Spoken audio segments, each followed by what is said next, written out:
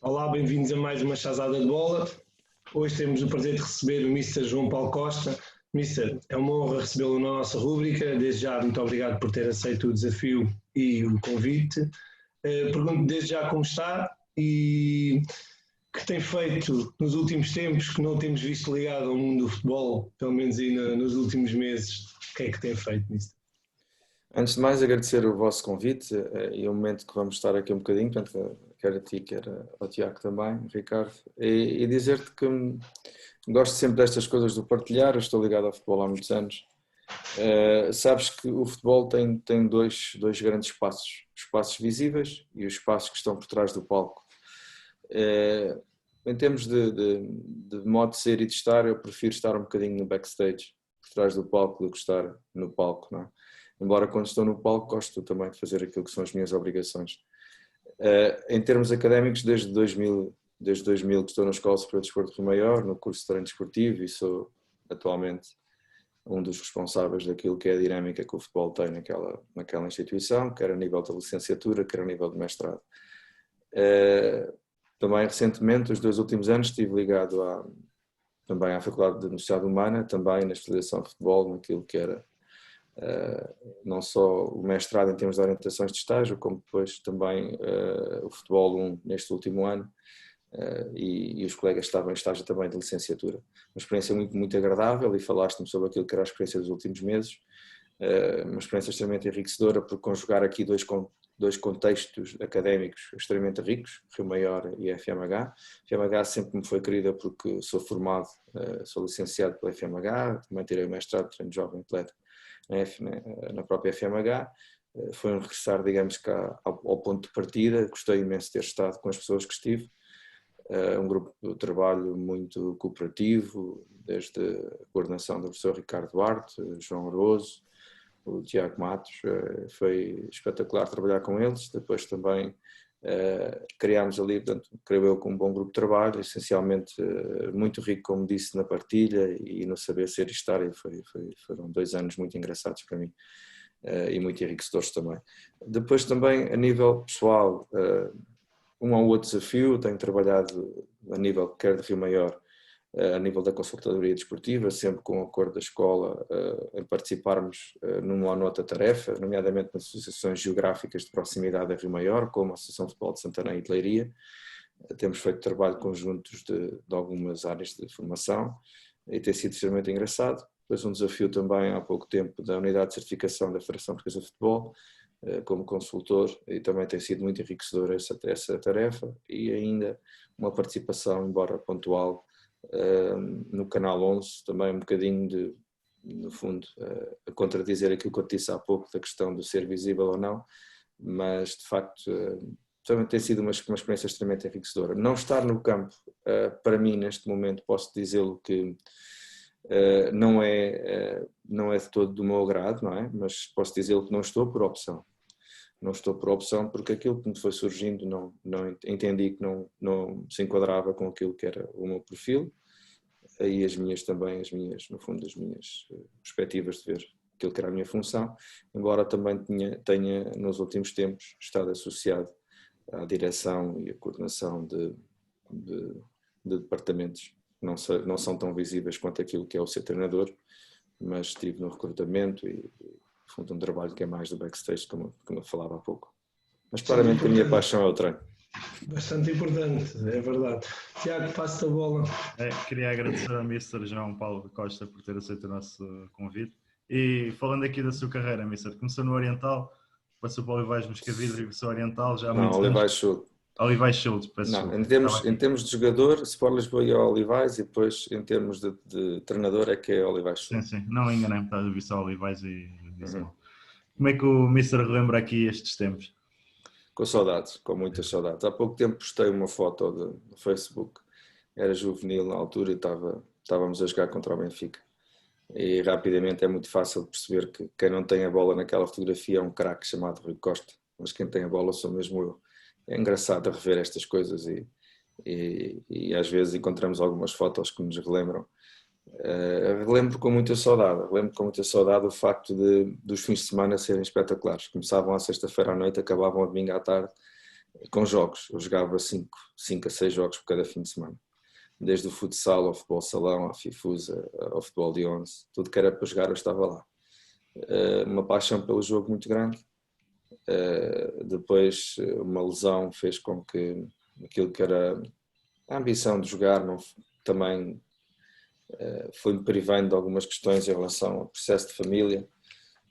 Fui irmão, aliás, sim, fui irmão.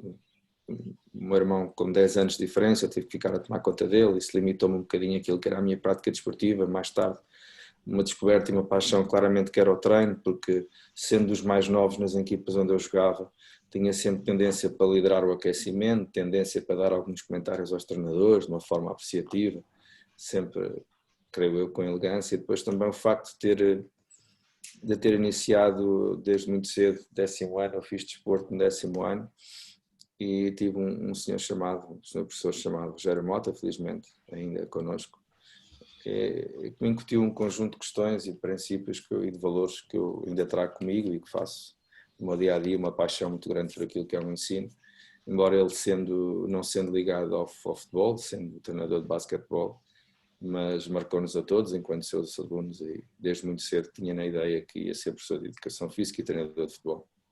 Exato. E depois começa aí essas experiências, né, como treinador no Oriental, passa para o Olivais Oriental e chega ao Benfica. E também é coordenador da Associação de Futebol de Lisboa, certo, Mister? Não, fui treinador da Associação de Futebol de Lisboa, Okay. Fui selecionador já sei. do sub-14 e do sub-15. Em termos de treino, eu regressei ao Oriental para trabalhar como treinador adjunto no juvenis, com um senhor chamado José Luís Correia. Tinha sido treinador do clube também, ele acolheu-me, a experiência foi simples, eu tinha entrado para a FMH no primeiro ano e gostava do treino. Então fui ter com as pessoas e perguntei se havia a possibilidade de estar com ele 2 semanas e se ele via que eu podia ajudá-lo naquilo que era as tarefas de treino, muito bem, se não, ao final de 15 dias podia-me mandar embora, que não havia problema nenhum. No final da primeira semana ele chamou-me, juntamente com o diretor, e estão os dois assim no hall lá do Oriental a falar num cantinho, entretanto chamam-me e eu assim, olha, já fui. Pensei quando eles se dirigiram ao pé de mim, no final estavam-me a dizer que gostariam que eu ficasse e que o clube não tinha dinheiro, mas que me iria pagar o passe. O passe na altura era o passe que me levava desde a minha área de residência, que é Chelas, até à Cruz Quebrada, portanto era o L123 na altura. E eu passei a ser pago, portanto a minha retribuição nessa altura foi o passe. Todo contente, assim andei um ano como treinador adjunto dos juvenis. Ficámos. O Mister depois teve convite para ir para os Séniores de Olivais Sul e levou-me com ele, fiquei com ele 1 ano e meio também no Olivais Sul. Depois mais tarde o Oriental convidou-me para ir para lá como treinador principal e eu fui para os iniciados, para os juvenis primeiro, depois para os iniciados a seguir, depois fiz ali carreira.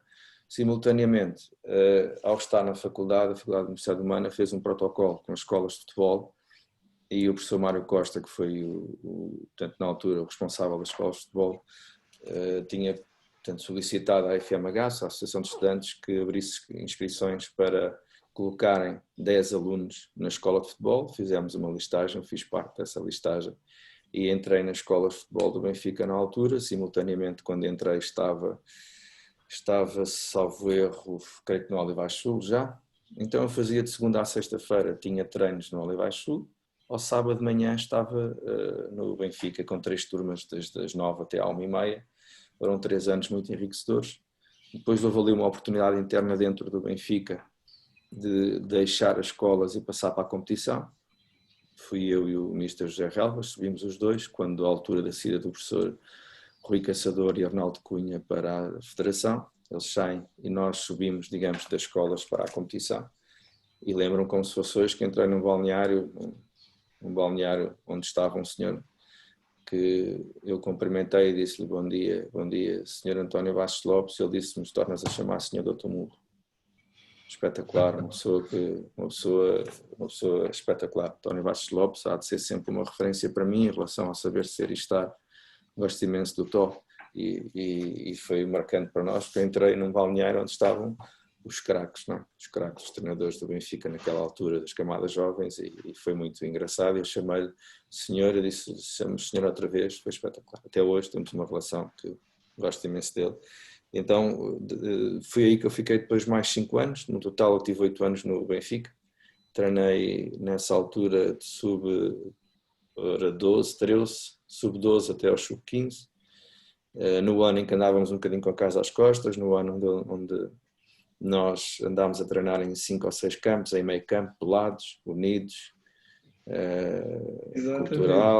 cultural, andámos por aí no Ateceu, andámos no Palmense, andámos nos Olivais, foi assim um bocadinho complicado, mas felizmente Foi na sempre fizemos o transição, nosso foi caminho para o para o novo estádio. Não, ainda na construção do novo estádio. Okay. Ainda não havia novo estádio, portanto foi nessa altura e foi uma experiência extremamente enriquecedora para mim em termos pessoais.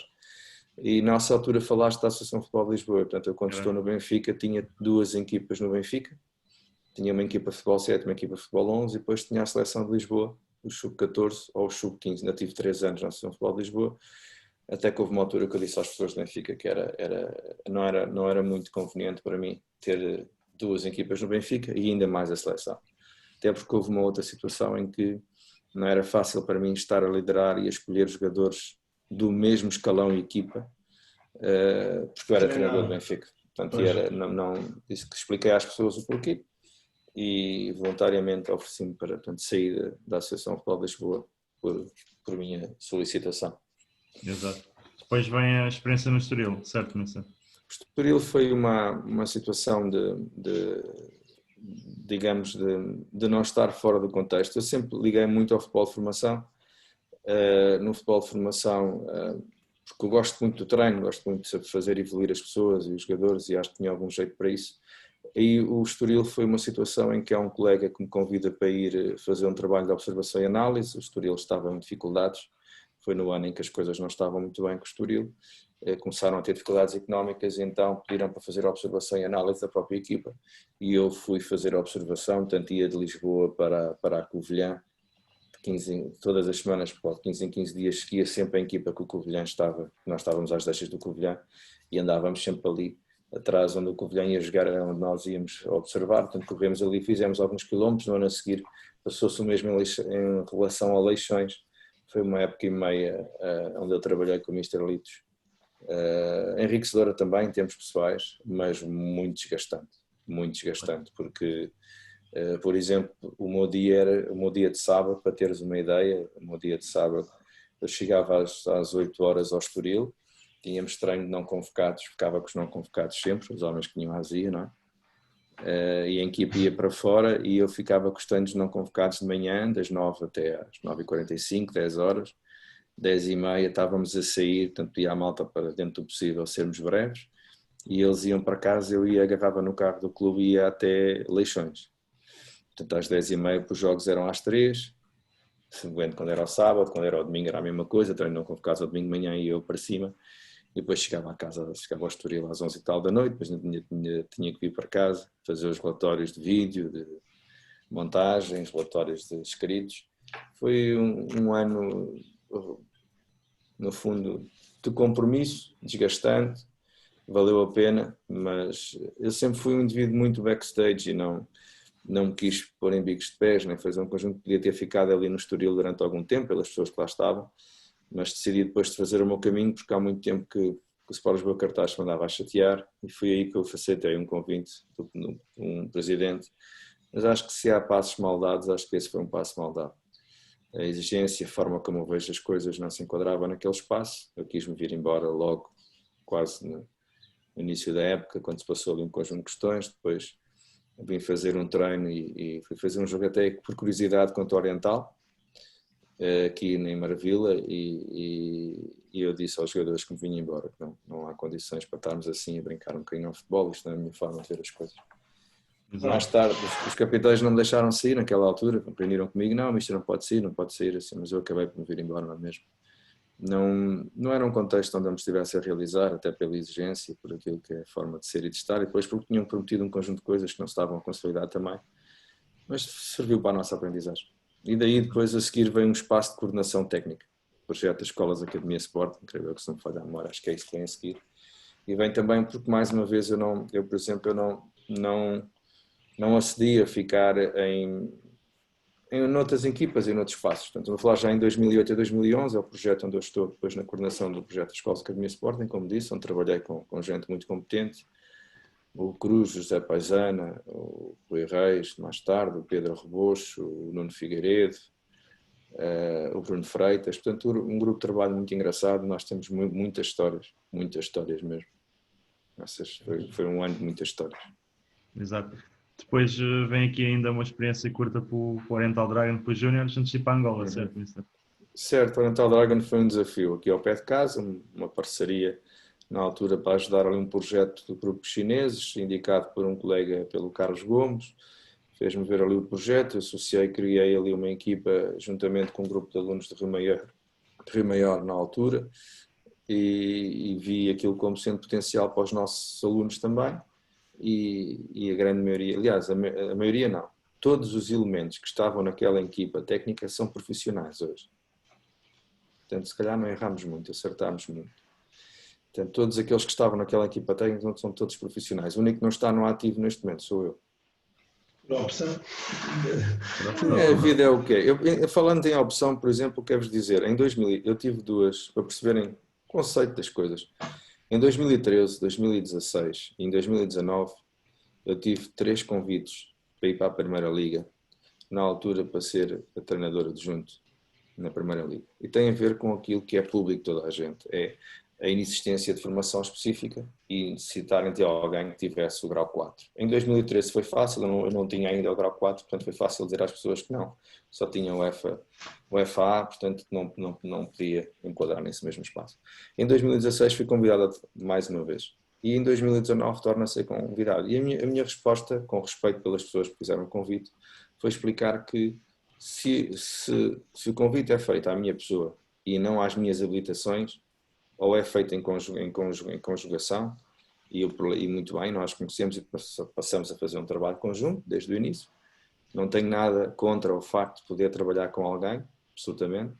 Agora, não me contratem só porque eu tenho o FAA, aliás, o FA Pro, e não porque as pessoas necessitam de outra coisa qualquer. Portanto, isso não, até porque era um contrassenso, estando ligado à formação de treinadores, eu depois dar a minha cara para um processo que no fundo era branquear alguma coisa. Eu não tenho nada contra ninguém que o faz, não tenho absolutamente nada, são opções de vida, são formas de ser e de estar. Eu entendi por bem nestes 2 contextos não ser eu a fazê-lo, portanto, ou seja, neste momento posso dizer que qualquer destes 2 treinadores, um deles, ou qualquer não, um deles tem uma carreira internacional, o outro está com uma carreira nacional e este terceiro, para já que eu tenho informação, não está no ativo.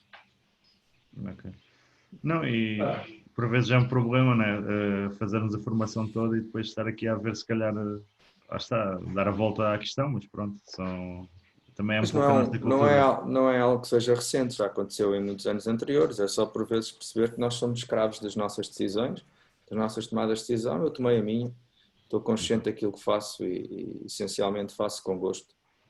E gosto de ter compromisso, quando eu assumo um compromisso com alguém, os compromissos têm que ser nesta perspectiva. Outros projetos muito engraçados que não são também daquilo que é muito o conhecimento público.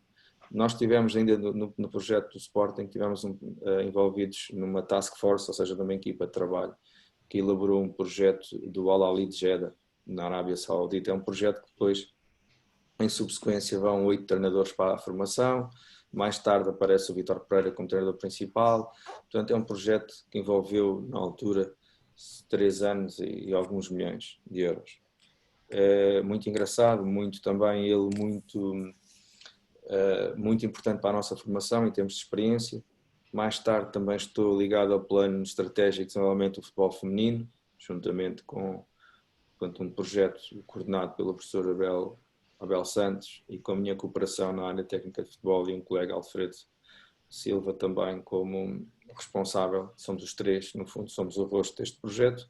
É um projeto de consultadoria elaborado para a Federação Portuguesa de Futebol, que depois toma as suas decisões em função daquilo que são as nossas algumas sugestões ou não, mas também foi muito gratificante. Portanto, são 2 tipos de projetos, um internacional, praticamente desconhecido do público, e depois este aqui um bocadinho mais visível, mas da mesma forma também sem estarmos ali a publicitar aquilo que quer que seja, mas claramente a adquirir competências e experiências também profissionais.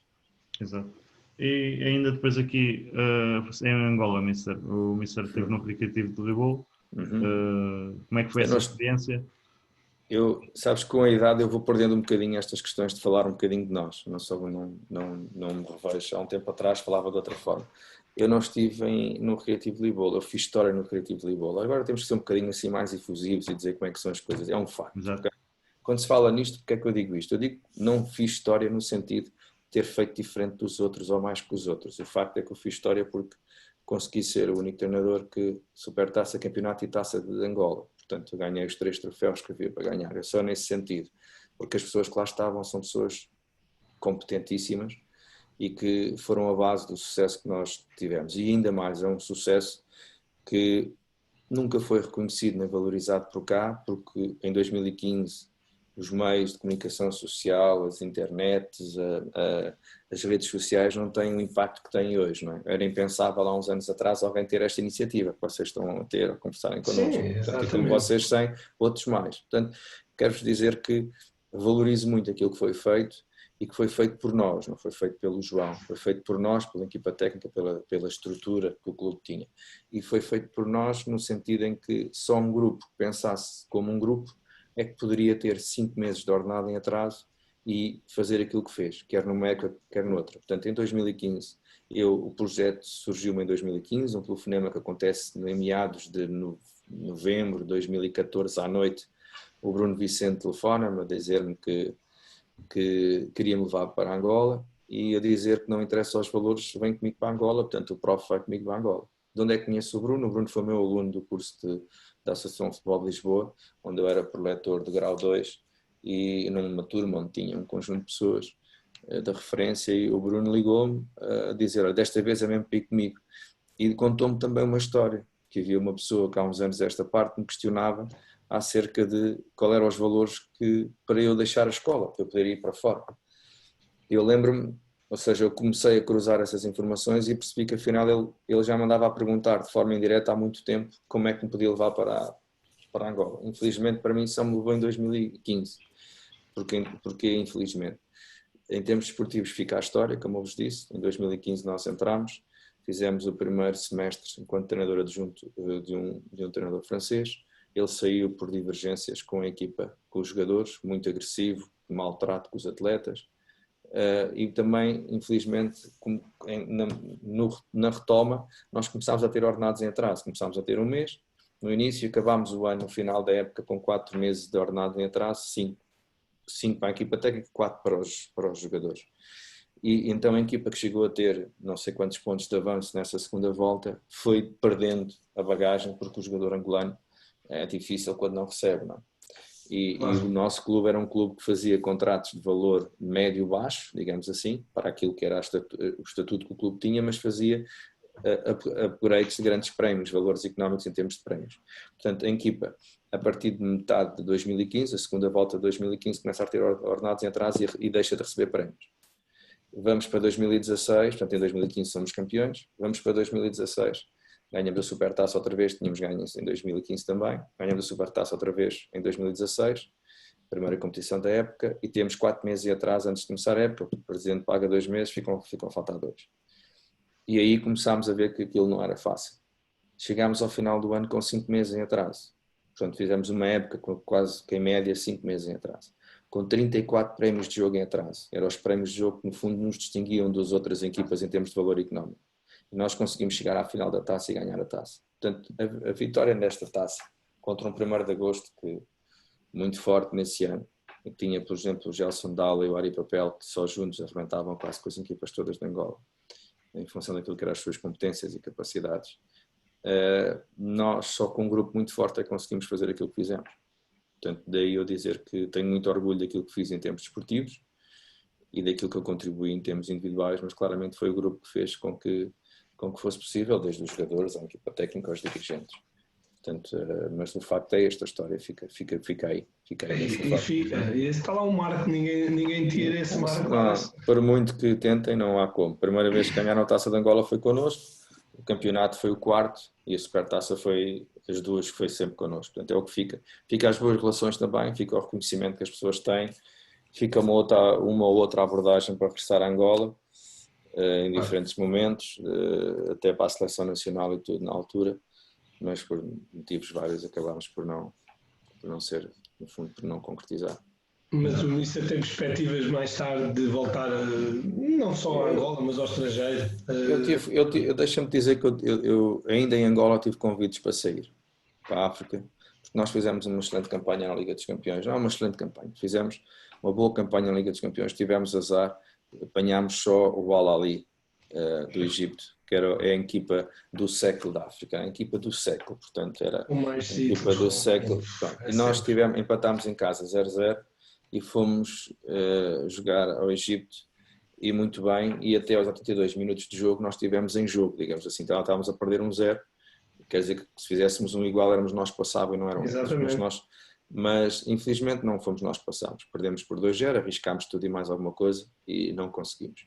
Muito mais fortes, mais experientes, conseguiram ganhar 2-0, mas o facto é que a equipa jogou com qualidade de forma reconhecida, que ainda ontem recebi um novo contacto de um indivíduo que há muito tempo, que entre aspas fala comigo sobre a possibilidade de poder ir ou não para o Egito, e houve duas questões que a mim, com a experiência de Angola, me balizaram em relação ao futuro. Uma delas, se calhar alguma inexperiência também pessoal, mas eu não abdicava do seguinte: uma vez que eu em Angola não conseguia trazer, entre aspas, o meu contrato, os meus valores económicos ficaram em Angola, não recebi o dinheiro que estava contratualizado para receber, os valores que eu recebi em Angola ficaram em Angola, portanto, brincar um bocadinho ao futebol foi um bocadinho que eu disse, não mais irei fazer. Portanto, em termos esportivos foi muito bom, em termos económicos não foi mau, mas foi longe daquilo que estava acordado que pudesse ter sido.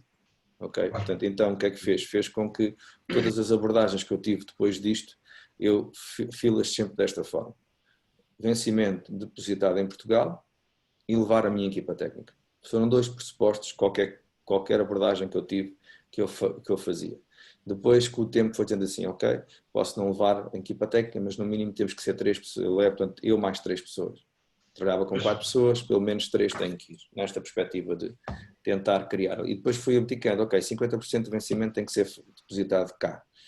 Porquê? Porque a desigualdade de água fria tem medo. E a verdade é esta. A verdade é esta, e nós não podemos facilitar, porque, como há bocadinho o Ricardo dizia em off, quando nós somos pais, nós temos responsabilidades. Nós não podemos fazer aquilo que nos apetece fazer. Nós temos que sentar a família à mesa e dizer assim, olha, eu tenho este projeto, o que é que vocês acham? Foi isso que eu fiz com as minhas filhas, com a minha esposa.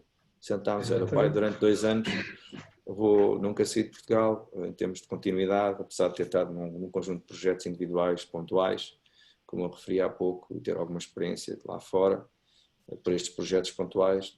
Agora vou durante 2 anos fazer um contrato e no fundo o pai vai andar aqui e lá, mas porque de facto uma das grandes vantagens que nós tivemos em Angola é que normalmente 3 em 3 meses nós conseguimos estar alguns dias em Portugal, tirando, que era muito bom. É fantástico. São dias de ouro, esses dias quando se vem, quando se está fora. Eu também nunca estive, mas mais tarde também vou gostar de experienciar isso, e certamente terei que fazer essas conversas também à mesa, e se algum dia chegar o momento, que espero que chegue. Mas é verdade. E perguntava a nível do treino, a diferença o futebol, neste caso, tudo o resto é diferente do futebol africano, porque o futebol africano valorizam mais um túnel, uma cueca, um cabrito do que um golo às vezes. Aquilo é o espetáculo que eles adoram, e como é que se consegue contrariar aqueles jogadores mais virtuosos dessa delícia do espectador? Sabes que essa imagem é uma imagem do público em geral, ou seja, da população em geral. Mas se fores ver um jogo de futebol, isso não acontece com muita frequência. Acontece em alguns contextos, em alguns momentos do jogo, mas o jogador também está mais consciencializado. E no contexto profissional, de alta competição, dentro do jogo do Girabola, do campeonato do Girabola Zap, não vias isso com grande frequência. Na rua, naqueles vídeos e naquelas questões que a gente vê os miúdos a jogar, vês. Isso é um facto, não é? Mas no jogo raramente fiz isso. Eu vi, por exemplo, o Ari Papel fazer isso algumas vezes. Ele ia para a frente, depois queria vir para trás a fazer o mesmo. E isso foi uma das questões quando me abordaram, quando eles chegaram cá a Portugal. Um jornalista questionou, telefonaram a perguntar quais eram as características. Eu dizia na altura que o Ari Papel poderá ter alguma dificuldade por fazer ainda ter aí algum comportamento disso. mas que o Gelson Dalla acho que era um jogador diferente e que poderia muito bem ter um aproveitamento diferente no contexto na altura do Sporting, equipa B, e agora no Rio Ave também está a ter, creio eu, na minha opinião, acho que é um jogador que tem potencial e continuo com esta opinião, um jogador que pode ser aproveitado e jogar em equipas abaixo dos 3 grandes com alguma facilidade e com rendimento, como está a ter no Rio Ave e pode ter, e pode, creio eu, continuar a ter. É um jogador diferente, competitivo, com uma qualidade. A nível global, agora para te um bocadinho, a nível global, eu quando cheguei ao clube, o clube tinha uma cultura europeia, tinha muitos jogadores que jogaram na Europa. Portanto, essas questões, logicamente, qualquer jogador, qualquer um de nós, se formos brincar os 3 agora ao jogo, nós vamos estar à procura de uma brincadeira um com o outro, que a bola entra ali, temos que lá. Portanto, é normal, faz parte do jogo, faz parte do prazer do jogo. Mas dizer-te que o futebol africano, neste caso o futebol angolano, cresceu muito por responsabilidade também da formação. Quero dizer, por exemplo, que a AFA, o desenvolvimento que o 1º de Agosto tem tido na formação, o Progresso Sambizanga, portanto, clubes que gostam muito da formação naquilo que é as camadas jovens, começa-se a notar um saber jogar, um saber estar, um comportamento de responsabilidade coletiva que não se via há muito tempo atrás. Simultaneamente, não castrando e não perdendo aquela criatividade. Continuam a ter bons jogadores, portanto, eu estou curioso, o Show, por exemplo, que vai para o Belenenses, médio centro, posição 6, vem o Nelson agora para a Vitória de Guimarães, que estou curioso para ver qual é o rendimento dele. Portanto, há sempre jogadores de referência. E depois, em Angola, também tivemos bons jogadores que chegaram internacionais. O Carlitos, que chegou no Passos Ferreira, o Freddy no Belenenses. Portanto, há muitos jogadores. O Dário Cardoso chegou a ser capitão da Sata de Angola. São 3 jogadores que estiveram connosco no Criativo de Libolo e que muito eles e como os colegas muito contribuíram para aquilo que é o sucesso coletivo. Exatamente. Tiago? Ia perguntar também, a nível de, lá está, de competitividade, acho que o campeonato angolano é muito competitivo, a diferença das equipas em termos de qualidade é muito grande, se há o Petro e mais 2 ou 3 que dominam, como é que é ali o campeonato? Quando chegámos, claramente havia um campeonato para 5, 6 equipas, mas eram muitas equipas. Falamos muito, 6 equipas claramente, e pensando rapidamente, Criativo de Libolo, 1º de Agosto, Petro, depois tinhas Cabos Corpo, tinhas o Inter de Luanda, tinhas, já vamos com 5, falta-me aqui uma outra equipa, mas estas 5 pelo menos andavam sempre ali a lutar, depois era o Sagrada que se metia ali no meio, em função daquilo que era o momento. Este ano, os anos anteriores mais recentes, tenho verificado que o Desportivo do Vila, que é uma equipa B do 1º de Agosto, também tem estado a lutar. Havia 5, 6 equipas que andavam sempre ali a chatear toda a gente. E com grande dificuldade e com grande capacidade também, mas normalmente aquilo que eu vejo atualmente é um poder de combate, digamos, entre aspas, de argumentos únicos. 1º de Agosto. 1º de Agosto é um clube que é dos militares. Angola, quer nós queremos, quer não, ainda tem um conceito de guerra, infelizmente. Angola é um país de contrastes. É um país onde tu vês gente muito rica e gente muito pobre. É um país onde é impossível tu vires lá indiferente. É impossível. Eu vi de tudo, eu assisti de tudo, no fundo.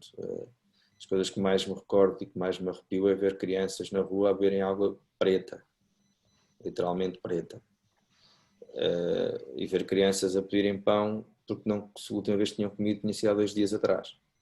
Depois outras pessoas com tudo e mais alguma coisa, como é público.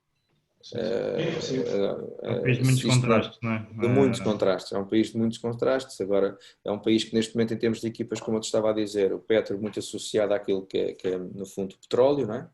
A indústria do petróleo, depois o 1º de Agosto aos militares, o Inter à polícia. Portanto, ou seja, há quase que uma subsistência interna vindo destes fundamentos, destes aspectos. Depois tens clubes de particularidade. O Cabos Corpo, na altura, o Bento Cangama, que patrocinava. O Progresso Sambizanga também é praticamente um proprietário. O Criativo de Libolo a mesma coisa. Portanto, tem muito a ver com estas questões do próprio investimento. Depois tens clubes de zona, de geográfico, como o Sagrada, da Lunda Norte, onde há os diamantes e onde, no fundo, em Diama, depois, no fundo, tem aquela capacidade de suporte económica para poder ter esse facto. E eu, na altura, a outra equipa que eu estava a falar, na altura que agora, entretanto, fechou há 2 anos essa parte, era o Benfica de Luanda. Uma equipa muito forte também, que lutava com grandes poderes económicos, mas que foi uma lição para todos os clubes de Angola. Uma lição porquê? Uma lição porque foi um clube que era dirigido pela uma das filhas do seu presidente e que fechou portas, mas que fez questão de liquidar todos os valores em dívida. Pelo menos é o que se consta. É o que se consta, é que liquidou todos os valores em dívida. Portanto, é um exemplo para quem tem compromissos e quem ainda não os fez e para quem não o fez. Claro. Isto é, como é lógico, falo como água, não é? Estou a falar como água, mas estou a falar faz porque todo é o o que é. sentido. Não, É o que é. E Portanto, acontecendo em Angola e acontecendo em Portugal e em muitos países, né? Porque as coisas acabam e fica depois as dívidas por saldar e as pessoas é que sofrem na pele. Sim. Trabalhar e trabalhar embora. Mister, entrando aqui na parte mais agradável do futebol, e não só lá, mas cá e em qualquer contexto que o Mister já teve inserido, sabendo que a observação cada vez é o pilar da. O treino pode ser muito bem desenvolvido, mas a observação tanto do adversário como a nossa observação da nossa equipa tem sido cada vez mais crescente e os dados todos a nível de análise e tudo mais. Como é que o Mister normalmente costuma, quando está no ativo, na planificação da semana de treinos, incorporar a observação? Que tipo de observação é que faz o adversário e que tipo de observação é que gosta de dar aos jogadores da sua equipa para que eles estejam preparados? Se dá individual, se dá generalizada, como é que funciona com essa grande ferramenta do treinador? Sabes que cada vez mais, acho que a melhor ferramenta atual é claramente a imagem, não há outra. Tu hoje em dia tens um conjunto de softwares de apoio, não só à edição, como também à transmissão da informação, que te permite dar pequenos frames ou vídeos pequenininhos sobre cada ação, e o jogador hoje em dia só não consegue corrigir alguns aspectos de facto não for capaz ou se não conseguir entender. O valor da observação e análise ela é fundamental para a percepção dos comportamentos que nós queremos implementar e para aferir se esses comportamentos estão a ser executados ou não. E há muitas histórias, dá muito tempo esta parte, histórias de jogadores às vezes não têm noção daquilo que estão a fazer e a melhor forma é nós mostrarmos o próprio vídeo para ele ver aquilo que faz. A observação e análise, eu quero dizer, por exemplo, em Angola, o nosso observador, na altura, o professor Mauro Moderno, falava e dizia-me assim: prof, nós vamos vê-los jogar, mas eles quando jogam contra nós jogam todos de forma diferente. Ou seja, a percepção de hoje em dia, nós estarmos a observar o nosso adversário, deve ser ponderada até que ponto e quais os momentos, porque normalmente, tal e qual como nós mudamos alguma coisa, o nosso adversário também pode mudar. E a verdade é que se tu jogares numa equipa que está sempre a ganhar ou que está sempre a jogar para ganhar, as equipas que vão jogar contra ti, tirando se calhar aquelas que são os teus adversários diretos, vão sempre se adaptar à tua forma de jogar. Ou seja, vêm jogar de uma forma diferente. Há uns anos atrás, eu creio que vocês também terão essa informação, o professor Luís Castro, o Mr. Luís Castro, na altura, falava sobre, no Porto B, que ele se recusou a mostrar imagens das equipas adversárias à sua própria equipa. Mostrava imagens da sua equipa. Porque entendia que não tinha mais valor acrescentar imagens do adversário. Portanto, são palavras do Mr. Luís Castro na altura. E eu, em função daquilo que é o nível competitivo onde nós estamos, e falamos de alta competição, é importante cada vez mais nós darmos imagens da nossa equipa, dos comportamentos que a gente quer que elas tenham, sendo que se calhar as bolas paradas são daqueles momentos onde é importante nós darmos algumas referências à nossa equipa também em relação ao nosso atleta. Mas logicamente que o nosso jogador depois tem que tomar a sua própria decisão e se nós não lhe dermos durante o treino momentos para ele decidir o seu posicionamento e a forma como ele ataca a bola, quer em termos ofensivos, quer em termos defensivos, ele no jogo não se vai conseguir adaptar. Portanto, e isto é uma mensagem que na altura o Mr. Luís Castro nos deixou e eu também partilho dela e daí estar a reforçá-la, que é a importância de nós tomarmos também em relação às bolas paradas a responsabilidade para os nossos atletas. Portanto, uma leitura de jogo, uma percepção, os nossos objetivos são estes, que os comportamentos básicos são estes, agora atenção. Se os jogadores se movimentarem para zonas que nós não estamos adaptados a, nós temos que tomar decisão, não temos que estar à espera. Nós temos que agir e não reagir. Porque se nós reagirmos, já estamos aí tarde. Portanto, em termos ofensivos, em termos defensivos, a diferença entre agir e reagir é muito grande. E isto dá vantagem ou tira-nos vantagem. E eu perguntava, já que o Mister também de seguida empurrou para os famosos esquemas táticos, as bolas paradas, que é assim que posso dizer, sabendo que é cada vez mais importante, como é que o Mister consegue encaixar no plano de treino as bolas paradas sabendo que também é talvez a maior quebra de dinâmica do treino, as mesmas. Como é que... De forma integrada nas formas jogadas que nós temos durante o treino. É precisamente por ter essa quebra. Não, tu podes ter um exercício onde o teu objetivo fundamental seja uma questão de organização, mas uma organização que seja precedida por uma bola parada, quer ofensiva, quer defensiva. Tu podes estar a consolidar uma bola parada e simultaneamente estás à procura de uma organização coletiva, sendo que a reposição da bola em jogo é feita através de uma bola parada. A bola saiu, começa com bola parada. Livre, lateral, canto, o que seja. E depois vamos nos focar no objetivo principal. Mas antes há uma bola parada. Isto porquê? Quer nós queiramos, quer não, hoje em dia, e esta retoma agora, vem-nos dar um conjunto de aspectos. Tem a ver com o comportamento individual em prol do rendimento coletivo. Ou seja, há muitos erros individuais que influenciaram o resultado coletivo. Ainda ontem à noite, por exemplo, estávamos a ver o Roma com o Inter. O segundo lance que dá penalti é um erro individual. O rapaz dá com o pé de apoio e quando vai bater na bola com o pé bate na... Portanto, quer dizer, isto é um erro individual. Agora, é um erro individual que vai dar uma punição coletiva. Portanto, isto o treinador não tem como controlar. Certo? É verdade. Se nós pensarmos... Isto é um exemplo crato e fomos para um exemplo concreto até para fora da nossa liga, para nós percebermos que não estamos aqui a focar ninguém ou a tentar ferir ninguém. O nosso objetivo é esta responsabilidade. Depois olhamos para mim, se fizermos uma análise de momento e vamos verificar o rendimento, e o futebol é rendimento, okay? Sim, o futebol é rendimento, o futebol espetáculo, o Paulo Bento há uns anos atrás falava nesta perspectiva, querem espetáculo, vão ao teatro, vão não sei onde. O futebol é rendimento, é golos. Eu sei que é possível, por vezes, jogar de forma mais agradável, claro que sim, mas aquilo que eu digo é o seguinte: eu se puder dar 4 toques para fazer um golo, não vou dar 6. Se puder dar 3 toques para fazer um golo, não pretendo dar 4. As questões agora, se eu criei desequilíbrios eu com 2 toques posso fazer um golo, uma posição do guarda-redes rápido, uma boa recepção pode dar golo, e está o problema resolvido. E às vezes eu ando ali a criar, e quanto mais toques eu dou, maior a probabilidade de eu poder ter erros e perder a posse de bola e depois dar-nos aquilo que dá. Portanto, eu acho que hoje em dia estamos todos também a querer exagerar naquilo que é obrigar alguém a fazer algo que é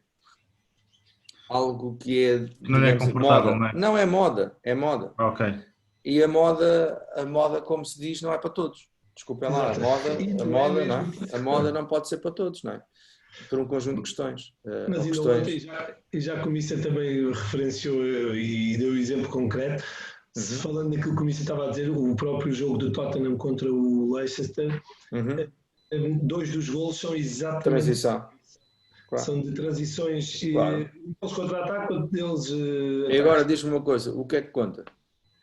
Conta que foi em 4 toques, fez um gol e no outro em 5 ou 6, outro gol, pronto. Agora, gostamos da fase de construção, criação do Leicester? Gostamos? Claro que sim. Claro que gostamos, como é lógico. Agora, mas gostamos daquilo que é a eficiência quando se recupera a posse de bola.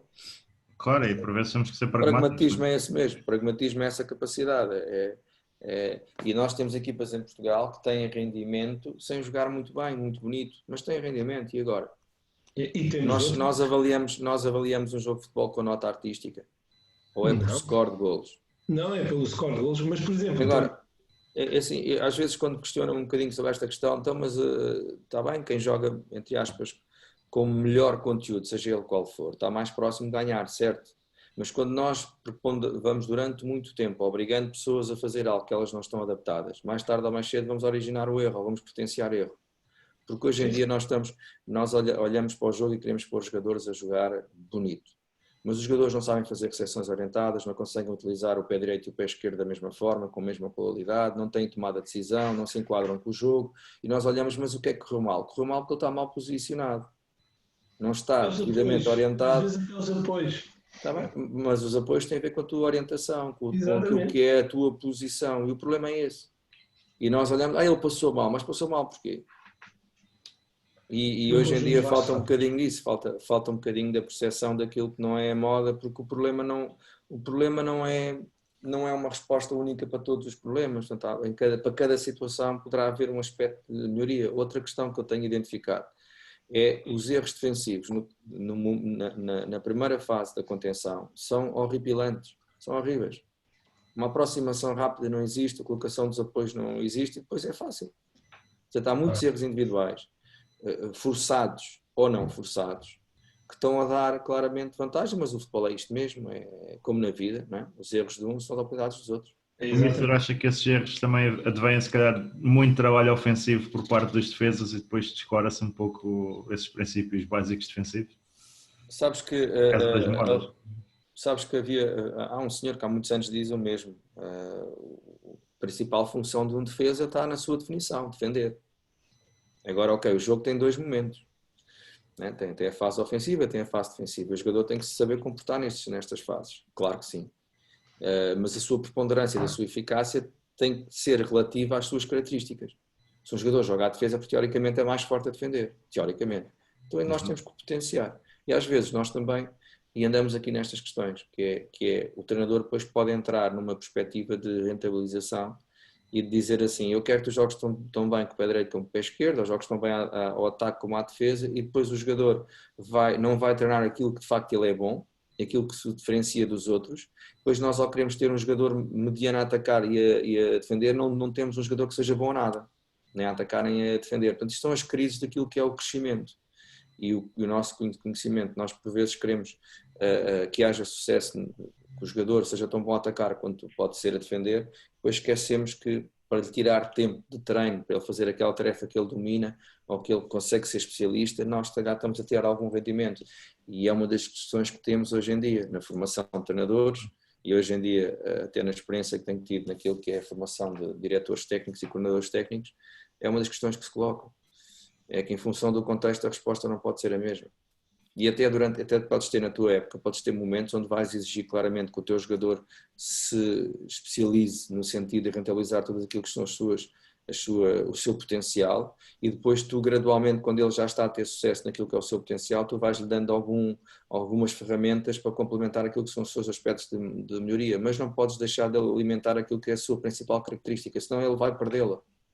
E o treino é isto mesmo, o treino aperfeiçoa, desenvolve ou atrofia, se não desenvolveres essa mesma competência, e acaba por ser estas questões. Por isso é que é importante trabalharmos o cérebro, por isso é importante tomar decisões, por isso é que é importante não fechar as tarefas durante o treino, para que o jogador, quando chegar ao jogo, tenha que decidir.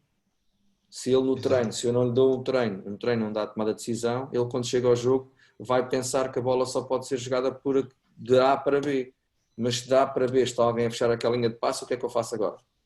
Ele tem que tomar a decisão. Se fechou aquela linha de passe é porque abriu outra. Se abriu outra, tem que utilizar essa linha de passe. E se o meu treino não for aberto a essa tomada de decisão, eu não estou a potenciar aquilo que é o desenvolvimento do nosso atleta. E quando nós olhamos em modas, olhamos para este aspecto. Agora é moda sair a jogar com os 2 laterais dentro da grande área, ou com os 2 centrais dentro da grande área e os laterais projetados. Então, e se nos fecharem isto, como é que a gente faz? Eu lembro-me de um ou outro colega que nos fala isso. Depois o nosso guarda-redes depois viu que eles estavam a fechar aqui. Se eles pressionam alto, quer dizer que estão-nos a dar as costas deles. E nós temos que esquecer que há uma regra de jogo. Uma regra de jogo que nos diz só há fora de jogo após o meio campo. Certo? Então, se calhar, eu posso atrair gente para o pé de mim e tentar depois jogar nas costas dessa mesma equipa. São estratégias. Se nós tentamos dar profundidade, a equipa pode tentar, no fundo, encurtar. Depois andamos neste jogo do gato e do rato. Se eles pressionam alto, dão espaço entre linhas. Se não sobem tanto, é porque nos dão algum espaço nas costas deles, o que seja. E andamos ali no tentar criar condições para ter sucesso. Exatamente. Portanto, isto é o jogo, isto é o treino. Mas Mister, temos que convir de uma coisa. Ainda, por exemplo, falando deste campeonato atual, dá prazer, tirando os clubes grandes, ou os ditos grandes, e os outros 2 que vêm logo a seguir normalmente, dá prazer ver, por exemplo, o Famalicão e o Rio Ave jogar a bola, porque conseguem aliar um futebol bastante atrativo, bastante agradável, ao resultado praticamente, se formos analisar as épocas, tanto de uma equipa como de outra, se calhar foi 80 a 90% dos jogos foram bem conseguidos e trouxeram pontos dos mesmos e trouxeram um resultado agradável, do que, por exemplo, equipas mais fechadas que vão mesmo para fechar e não se expõem a nada e depois acabam por levar um golo e quando têm que vir para cima, depois já é mais complicado. Isto sem ter, ou seja, não estou aqui a falar com um carinho especial nenhum em relação Não, a há que dar mérito ao trabalho feito pelos colegas, o excelente trabalho do João Pedro Sousa e do Carlos Carvalhal, treinadores. O Carlos Carvalhal já com um historial muito grande, o João Pedro também como treinador adjunto do Marco, portanto é muito bom ver essas referências, mas dizer claramente que atingir objetivos não é só quem é campeão. O Famalicão está a um passo de atingir um clube que vem da segunda Liga, chegar à Liga Europa, não é? Portanto, isto não é uma situação virgem, já houve outras situações, creio eu, se não me falhar a memória, de conseguir clubes alguma surpresa. Todos os anos há 1 ou 2 clubes que surpreendem, mas há claramente também, neste ano, boas equipas em relação a um conjunto de perspectivas coletivas.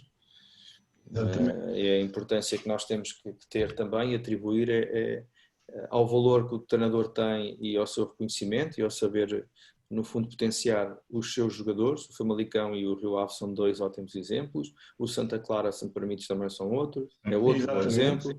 A capacidade de revolta, entre aspas, de retoma que o Paulo Sérgio está a ter no Portimonense também acho que é de relevar. Não é? Portanto, há aqui trabalhos muito bons, muito bem conseguidos, não se sabe qual é que é o resultado final destes mesmos trabalhos, mas entre o potencial e a capacidade de jogo que estas equipas estão a ter, acho que é fantástico aquilo que se tem vindo a fazer. E depois dizer que a consistência, ou seja, repara que falamos de equipas que não mudaram de treinador. Sim, sim. Está bem, mas os resultados fazem com que não se mude de treinador. Pois, também é verdade, mas se calhar acreditar, mesmo quando as coisas correm menos bem, e fazer com que haja uma continuidade. Nós temos que acabar numa perspectiva o culpado não é só o treinador. Não é? Por exemplo, eu destacava há pouco tempo, porque acho que é importante, o Jorge Jesus sai do Flamengo, eu não estou a falar aqui de clubes, estou a falar de atitudes.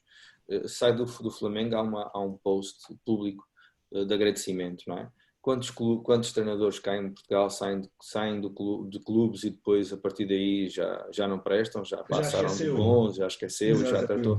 Acho que é uma cultura, isto para chegar aqui, para chegar às questões do critério da própria escolha, não é? Porque é que nós escolhemos o treinador A e não escolhemos o treinador B? Não podemos assumir que é um erro nosso. Então nós que somos presidentes e que já escolhemos 4, 5, 6, 7, 8, não sei quantos treinadores, não temos que assumir a culpa. Não temos que dizer que houve um erro, houve aqui alguma coisa que não correu bem, houve aqui algo que eu tenho que melhorar também, ou a culpa é sempre do treinador.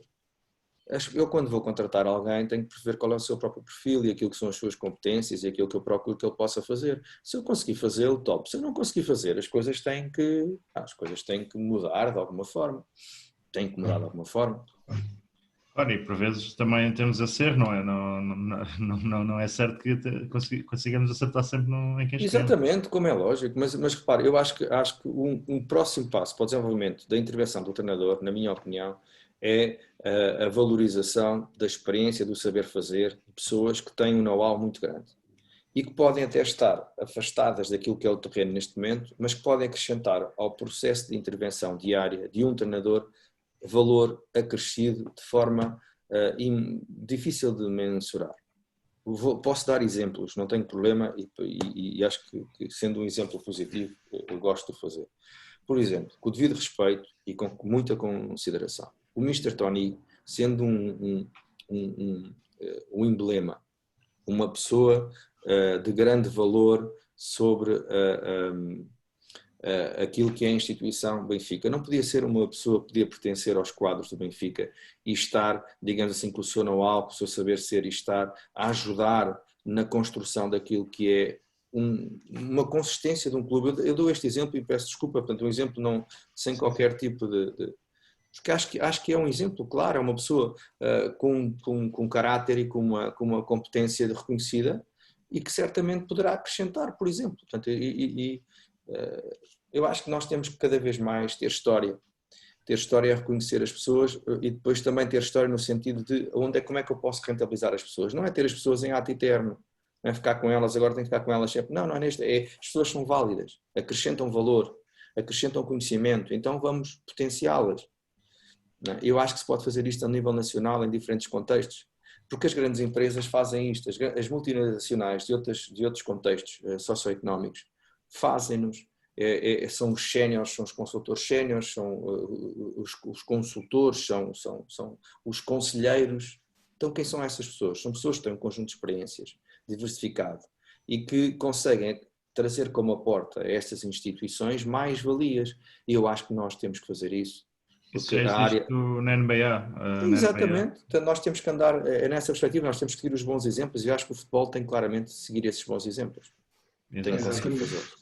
Mister, aqui falando só ainda uma última questão da minha parte, que é a importância da equipa técnica. É bastante importante, por exemplo, para si, se fosse uma aventura no estrangeiro, não é? Levar a sua equipa técnica, que o conflito às vezes chegar a um país e ter uma equipa técnica já imposta. Eu disse há pouco, Tiago, que uma das questões que fez com que eu, no momento em que recebia diariamente convites, e quando eu digo isto, não é por invite ser, mas para dizer qual é o contexto, nós recebíamos diariamente convites para poder ir e as conversas ficavam logo resolvidas. Receber dinheiro em Portugal, ordenado em Portugal e levar a equipa técnica simples. Tenho isso no meu WhatsApp, naquilo que é o registro, portanto não estou a falar de cor, estou a falar com coisas que possam ser demonstradas. E uma das coisas que ainda recentemente, quando aconteceu alguma abordagem para ir para fora, eu disse, ok, eu vou, mas nunca eu irei sozinho. 2 pessoas, eu tento sempre, ou seja, já baixei o número, 2 pessoas vão, eu mais 2 pessoas. Porque acho que é fundamental, tens que ir suportado, na minha opinião, com alguém. Pessoas de confiança, não é? Sim, pessoas de confiança, pessoas que tenham... Para também se apoiarem lá. Não, e não é só essa questão, essencialmente. Eu não gosto de trabalhar com yes men. Não gosto de trabalhar. Na minha vida, eu não sou um yes man. Eu quero para cima, quero para baixo, gosto de dar opinião, gosto de transmitir o meu ponto de vista, mas recebo a opinião dos outros. E até tenho alguma dificuldade, por vezes, em não como é que se diz, em não ir por aquilo que os outros dizem, falando rápido, parece, ok? Portanto, e gosto de trabalhar com pessoas que me mostram aquilo que eu não estou a ver e que me indicam aquilo que eu não estou a ver. Se me estão a dizer que sim, é porque estão a ver o mesmo que eu estou a ver, ou seja, se eu estiver a ver a geneira, eles também estão a ver a geneira.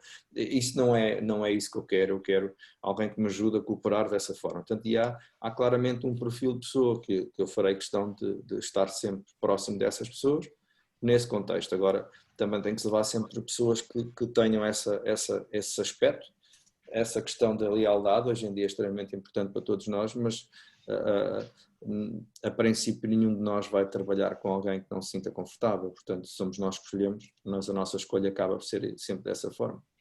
Exato. É inquestionável e claramente que há pessoas que nós não podemos abdicar de fazer. Exato. Ricardo? Não, eu em relação aqui às perguntas do treino, foi mais ou menos o Missa foi respondendo, acabo também por não...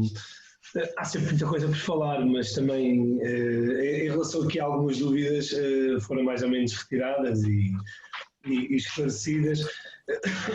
Perguntava só uma questão que isso é mesmo uma questão como é que o Mister faz. Gosta de dar o treino antes do mesmo aos atletas ou eles descobrem o treino no momento que o vão realizar? Uma questão de rentabilização, de tempo de organização, eu gosto de expor a organização do treino antes do treino começar. Os meus jogadores têm que perceber logo no início, por exemplo, isto é uma questão de, eu não gosto de jogar num jogo sem as regras estarem expostas. Portanto, eu gosto de expor bem qual é a minha organização, gosto que quem trabalha comigo entenda como é que eu gosto de trabalhar e quais são as minhas normas para cooperar para que essas normas sejam cumpridas. Portanto, é importante perceber qual é a parte introdutória do treino, a parte inicial, a parte principal e a parte final. Portanto, isso é exposto logo no início, com recurso a vídeo, se necessário, com recurso a imagem, com grafismo, com representação, o que seja, é exposto no início. Nós hoje temos este conteúdo com estes objetivos. Portanto, os conteúdos têm que ter objetivos. Não vamos treinar, vamos treinar 3x3 para não sei o quê. Mas para quê? Não, vamos explicar com este objetivo. O jogador tem que estar focado naquilo que é o seu objetivo. Porque o mesmo exercício pode ter muitos objetivos. E é importante que o jogador tem que, à partida, lá está, conhecer as regras do jogo. E para ele conhecer as regras do jogo, ele tem que entender aquilo que são aquilo que eu requiro que eles queiram fazer. Certo? E tem a ver com isto. E até depois, porque tu podes ter no mesmo exercício, podes ter objetivos complementares para outros atletas. Nós 3 vamos fazer um exercício e cada um de nós pode ter o seu objetivo específico. Isto é fundamental estar claro. E na alta competição é isto. Eu não posso dizer que tenho os mesmos para 3 jogadores no mesmo espaço, tenho os mesmos objetivos. Se calhar não estarei a orientar muito bem aquilo que são os objetivos do meu exercício de treino. E é importante que os meus jogadores, se houver mensagens individuais, que eles entendam que as mensagens individuais têm que ser enquadradas naquilo que eu falei há pouco. E isto é feito por trabalho de setores, por trabalho de corredores e por trabalho às vezes de pares, okay? Que é a relação que a gente quer promover num conjunto de setores, dentro do corredor ou dentro do setor ou na sua interação, não é? Portanto, a questão do trabalho do 6 e o 8, ou do 8 e o 10, ou o lateral direito, lateral esquerdo, ou o central do lado direito com o lateral, ou o médio ala com o lateral, portanto, aquilo que são trabalho de pares, que é fundamental para a interação coletiva. E depois é perceber o que é que dentro daquele exercício nós estamos à procura. Por exemplo, numa situação de 3-para-3, onde tu promoves a construção dos exercícios, jogando com lateral, médio centro do lado da bola, mais médio ala, jogando num 4-3-3, que é a nossa estrutura base, tu queres que eles se orientem sempre desta forma. Exatamente. Nós temos de estar sempre organizados, ok, estamos em estrutura e a nossa visualização é que nós estamos a jogar lateral direito, médio centro lado direito e médio ala. Esta relação de triângulo tem que estar sempre presente na nossa organização. Portanto, isto vai fazer com que nós, ao pensarmos o exercício 3-para-3, nós nos possamos organizar em função do centro do próprio jogo. E quando aumentas o número de 6-para-6, queres que esta estrutura de 3 esteja presente, então tens que lhes explicar. 6-para-6, o objetivo coletivo é a transição, perca de posse de bola e transição para o processo ofensivo, mas não se esqueçam que vocês têm uma ligação a 3 que a gente quer que vocês mantenham sempre firme. Entendes? Portanto, aqui gosto de explicar ao jogador porque é que estão a fazer. E às vezes fazemos o contrário. Às vezes deixamos que o exercício decorra 5 minutos, paramos e questionamos. O que é que acham que nós estamos à procura? Mas tens que estimular o jogador previamente, tens que criar as coisas, ok? O que é que vocês acham que estão a conseguir fazer? O que é que vocês acham que é o nosso objetivo? Tem algum problema? Não, não tem problema nenhum. O jogador tem que entender o que é que nós estamos à procura dele. E o que é que ele nos pode trazer como aporte, que essa é outra coisa. É que um jogador profissional tem muitas horas de treino. Um jogador profissional sabe muitas coisas que nós, por vezes, nem sonhamos que eles conseguem fazer. Assim como os miúdos. Os miúdos tens sempre um reguila que vai sempre contra aquela condicionante que tu conseguiste arranjar. E o gajo vai arranjar uma condicionante qualquer que vai dar cabo do exercício todo, porque vai-te arrebentar com aquela questão. Tu tens de estar predisposto para, não é? Portanto, e o sénior é igual, o sénior é igual, o sénior tem coisas que a gente não está a ver e eles estão a arranjar a solução. E nós temos de estar atentos a isso. Portanto, é uma paixão. Por isso, desculpa interromper-te, Ricardo, por isso é que eu acho que é fundamental a presença de uma pessoa com uma maturidade, uma diferença, que nos ajude naquilo que é o processo de treino. Eu gosto muito do treino e vejo-me, se calhar pela experiência que tenho tido em relação àquilo que é ser orientador de estágio e trabalhar com muita gente ao mesmo tempo em diferentes contextos. São muitos anos e ao ser muitos anos nós vamos aprendendo com muita coisa. E vamos também, no fundo, fazendo o caminho com quem nos ajuda a caminhar. Hoje é muito gratificante para mim ver alunos nossos na primeira liga, na segunda liga, lá fora, no estrangeiro. É espetacular. Ou seja, nós sentimos-nos felizes por isso. Okay? É muito bom que isto aconteça. Assim como também estou ciente que quando eu tive o sucesso que tive em Angola, também eles, como meus alunos, também gostaram de me ver a ter sucesso. Portanto, isto acho que é gratificante. É gratificante tu ligares para os teus alunos, eles terem o teu contacto e ligarem-te porque têm que tomar uma decisão e querem saber a tua opinião acerca dela. Isto são coisas que não têm preço, não têm... Exatamente. Não tem como. Por isso é que eu disse que as coisas do passado, o reconhecimento sobre as pessoas, a sua interação, nós somos muito mais do que aquilo que é visível pelos outros. E nós temos que nos valorizar por isso. Fica realmente a nota porque é realmente enriquecedor ouvir isso, porque até o simples questão de um jogador, muitas das vezes não estamos, e aquilo que o Missa estava a dizer ainda há pouco e com toda a razão, se calhar não estamos a ver aquilo e mesmo um jogador sénior ou um jogador nas camadas jovens coloca-nos um outro problema que se calhar até tem algum fundamento e vamos perceber porque é que ele está a dizer e não também... E vamos crescer com ele, esse é o nosso grande desafio também, é crescer com ele. Exato. Acho que a internet do Ricardo foi ali abaixo. Mister, eu vou perguntar então, enquanto está o Ricardo com problemas, quais são as dicas que o Mister deixa aqui aos jovens treinadores como nós e que ambicionamos chegar um dia ao futebol profissional? Quais são as dicas, também como professor, que normalmente diz aos seus alunos? Sabes que sem dedicação não se consegue fazer nada. Preciso nos dedicarmos, é preciso fazer acontecer, é preciso ter compromisso com os nossos objetivos. Ou seja, a dedicação para mim é ter compromissos com os meus objetivos. Se eu pretendo chegar a algum objetivo, eu tenho que trabalhar para chegar a esse mesmo objetivo. Essa é a nossa grande mais-valia, é a dedicação. Porque nós senão somos no fundo somos o quê? Eu quero ser, está bem, mas o que é que estás a fazer para seres? Não é? Portanto, é nessa perspectiva, é em função dos objetivos de cada um de nós trabalharmos para que isso possa ser uma realidade e não estarmos à espera que nos ofereçam aquilo que quer que seja. Porque a vida não está para aí. Depois, quando nós pensamos que algo já está alcançado, é preciso duvidar. Porque o treinador de futebol vive semana a semana, é um ciclo de vida de semana a semana. Se todas as funções públicas, se todas as funções de chefia na política, naquilo que é o julgamento da avaliação fosse semanal, como é a do treinador, é julgado por toda a gente, por quem percebe do jogo, por quem não percebe do jogo, por quem fala, por quem não fala. O treinador é sempre julgado por tudo e mais alguma coisa. E acho que se calhar faltará na nossa forma de ser e de ver as coisas, se calhar também uma maior exigência para com as outras profissões. E é o nosso contexto, portanto, no fundo nós temos que estar preparados para isso. E o grande conselho, então, se me permites, tentando resumir, para mim é claramente trabalhar em função de uma dedicação para os meus objetivos. Em função dos meus objetivos eu tenho que me dedicar a eles. E depois é entender que a dedicação não é um copy-paste. A dedicação tem que ter um investimento, porque a informação está aí. A informação é um clique. Agora a questão é tornar essa informação em conhecimento, em aprendizagem. Eu hoje em dia, se quiser saber alguma coisa, faço a pergunta até por voz, já não é preciso escrever, até por voz, e a Siri vai-me dar uma resposta. Mas tenho é que entender o que é que eu vou dar com essa resposta, como é que eu vou rentabilizar essa mesma resposta. Portanto, é essa procura que nós temos que ter, acima de tudo, compromisso connosco. O que é que eu quero ser? Então o que é que eu estou disposto a fazer para o ser? E é tão simples quanto isto.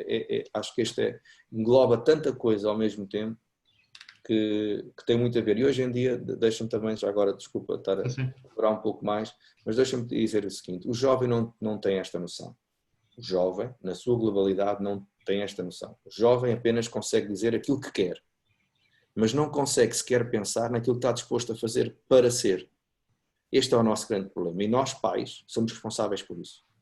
Porque nós protegemos os nossos jovens, nós damos tudo aos nossos jovens. Portanto, é uma questão cultural, é uma questão que nós temos que também repensar todos, que eu dizia há pouco, há uns dias, num curso de coordenadores e diretores técnicos, dizia que na minha forma de estar no ensino, eu não gosto de dar o peixe, eu gosto de ensinar a pescar. Eu gosto de arranjar estratégias, meios para termos o peixe à nossa mesa. Para quê? Para que a pessoa, quando acabar a nossa conversa, ter essa capacidade, ou seja, não há uma informação, há uma competência. Ele tem que fazer daquela informação um conhecimento. E é isso que a gente pretende, é que nas nossas conversas nós possamos todos sair um bocadinho mais reforçados. Portanto, um jovem tem que entender o que é que quer ser e, simultaneamente, o que é que está disposto a fazê-lo para o ser. E não estar à espera que alguém lhe dê aquilo que ele quer.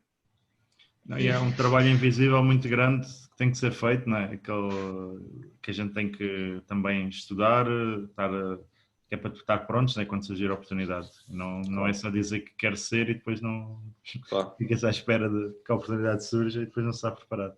Não, mas obrigado pelo conselho. Não é assim. Mister, obrigado, ainda há pouco ficou meio, mas isto às vezes é mesmo assim, infelizmente. Pagamos a internet toda, mas só de vez em quando. Isso também é uma verdade, é uma verdade. Pagamos num todo, mas enfim, sem problema. Mister, passando aqui à última parte da rúbrica, que é talvez a parte mais engraçada, que gostamos sempre. Temos perdido bastantes almoços ou refeições, como a gente possa dizer. Se calhar o Tiago faz isto fácil demais, tem medo que os nossos convidados fiquem aborrecidos connosco. Vamos aqui à parte do quiz, que é uma parte engraçada da nossa rúbrica. Tiago, dou-te a primazia. O Mister vai ganhar fácil. Onde é que eu vou começar pela primeira pergunta? Onde joga atualmente o Eddie Afonso, Mister? Petro de Luanda. Acho que está fácil. 1-0. É o que eu digo. O Tiago vai fazer um pair para as chazadas de bola. É craque. O Eddie é craque. Um miúdo espetacular. Uma competência, uma relação com bola muito boa, multilateral, joga à direita, joga à esquerda. Foi uma das boas relações que nós tivemos. Não, uma das boas confirmações que nós tivemos no voleibol. Fazíamos o corredor com dois jogadores, Carlitos e Eddie Afonso. fantástica, a dinâmica entre os dois. Falávamos há bocadinho da relação a pares e eles tinham uma dinâmica espetacular os dois. Não conheço tão bem porque acho que tenho jogado sempre em Angola, mas sim, fica a dica. Ainda venho aqui Portugal e depois o Tiago vai outra vez a Angola. Qual é a equipa com mais não. Qual a data da fundação do Oriental? O Oriental tem 73 anos, fazer contas. Conseguimos fazer, não? É isso? 73 anos. Acho que é isso. Será? Não. Não? Eu acho que não. Pela conta que aqui 49? Não, 49, não é? o Míster deve estar certo, deve ter 73 anos. Agora falta saber o ano. Falta saber não sei. 70º aniversário. O Ricardo já chumbou a matemática. O dia de agosto. O dia em agosto, não é? O dia acho que é em agosto. Pois é Se isso. for em agosto, ainda tem 73. Se já foi antes de agosto, tem 74. Porque eu sei Foi fazer antes de contas. agosto? Não, é em agosto. Isso garantidamente é em agosto. 1946. 6, ok. Não está muito mal. Não, 1946 é verdade. Olha, faz 74. mas estás a dar a resposta para o Míster? Não, eu dei, então o Mister acabou por dizer 1949, mas pronto. Mister, olha, qual é a equipa com mais títulos angolanos? É o Petro. Com quantos? Não sei. Não sabe? Não sei. Quero arriscar. 16? 15. 23. 15? 15? Olha lá. 2-1. Eu vou meter 2-1 porque o Mister vai ganhar a seguir, por isso é tranquilo. Só para a janela. Então, eu vou fazer a última, tu fazes a penúltima. Qual foi o primeiro clube no estrangeiro do Mister Ricardo Dionísio? No estrangeiro? Servete. Exato. Bingo. Olha, para acabar aqui, quantas ligas tem o Recreativo de Lisboa, Mister? Ligas? 4. Sim, ligas. Exato. Então isto é fácil. É aquilo que eu digo, Tiago. Tenho 4 títulos, 2 supertaças e uma taça de Angola. E eu tenho um título, 2 supertaças e uma taça de Angola. É verdade. O Mister conseguiu aí fazer o pleno, ganhou tudo. Tudo dos títulos. Sim. Tudo. É verdade. Olha, Mister, foi um prazer recebê-lo na nossa rubrica. Foi mesmo muito bom a conversa. Muito obrigado. É sempre agradável quando falamos com alguém com a mesma paixão e com muito mais experiência que nós. Experiências diferentes. Também sou um bocadinho mais usado, digamos assim, tenho mais quilómetros só por isso. Daqui a uns anos vocês também vão ter esta experiência. A idade do Mister. Eu estive aqui a ver a idade do Mister, não ficamos muito longe. É uma geração à frente, o Mister. É uma geração à frente. Mister, um enorme abraço de sucesso. Muito obrigado, igualmente. Para o futuro e que realmente voltem aos palcos da forma que lhe mais agradar, porque às vezes, falando, e aquilo que o Mister disse logo de entrada é verdade, há muito trabalho feito em back-office e no backstage que realmente são tão ou mais importantes e sem lá estar no palco, mas pronto, quem gosta de ir àquele cheirinho da relva fica com aquele bichinho e quer lá sempre voltar, mas pronto, desejo todo o sucesso pessoal, profissional e... Muito obrigado, Ricardo, igualmente para ti. E felicidades para a tua família também, os teus filhotes, não é? Tens 2, vem o terceiro e corra bem. A terceira é um rapaz, nada mal. Tens 2 meninas também? Exatamente. Eu também tenho 2 meninas também. Diz que nascemos para sofrer os pais de meninas, mas eu acho que não. Desde que elas estejam bem, a gente também está. Tem dias, faz parte. Exatamente. Mister, olha, vou passar aqui ao Tiago, para o Tiago lançar o desafio final, não sei, depois logo. Queria agradecer ao Mister a sua presença aqui, foi espetacular. E em termos de desafio, não sei se já pensou em quem desafiar, se não pronto. Sim, eu depois, se não te importas, depois indico, está bem? Indico, falando com o colega também para estar. Exatamente. Indico, mas pronto, Mister, queria-lhe agradecer e deixo-lhe as últimas palavras. Muito palavras. Obrigado, Tiago. Agradecer a vossa atenção também, foi agradável e é sempre bom falar um bocadinho de futebol e rever algumas coisas, até porque nós por vezes só no meio destas pequenas conversas é que conseguimos ter consciência daquilo que já passámos, não é? Exatamente. Então, agradecer-vos também por isso, é sempre bom, eu acho que viver também é recordar, é reconhecer, portanto, e daí dizer-vos que nós não somos, nunca poderemos ser só um, portanto, tudo aquilo que é o nosso processo, ele é partilhado das pessoas que estão connosco, é partilhado pela nossa família, é partilhado pelos nossos atletas, pelos nossos jogadores, porque são eles que fazem com que nós possamos ter, no fundo, algum reconhecimento. Portanto, a todos os jogadores, à minha família e aos amigos também, muito obrigado pela contribuição que têm dado para esta caminhada. E a vocês, muito obrigado por este bocadinho também, diferente, e continuação de bom trabalho. Tá, muito obrigado, Mister. Abraço. Cidade para vocês.